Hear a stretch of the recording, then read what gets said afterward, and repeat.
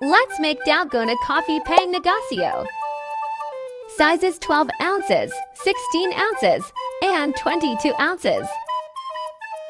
In a bowl, add 6 teaspoon instant coffee, 3.5 tablespoon sugar, 1/8 teaspoon sea salt, 4.5 tablespoon hot water. Whisk using electric mixer.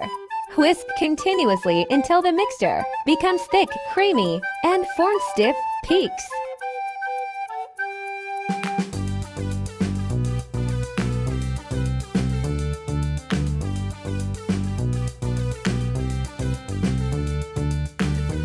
Add milk into the cups. You can add condensed milk for extra sweetness of your milk.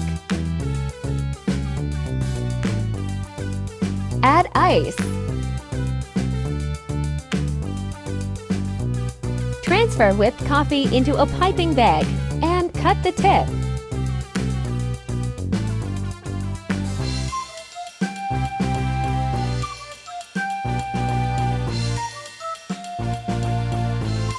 Pipe a swirl of Dalgona foam on top of each cup.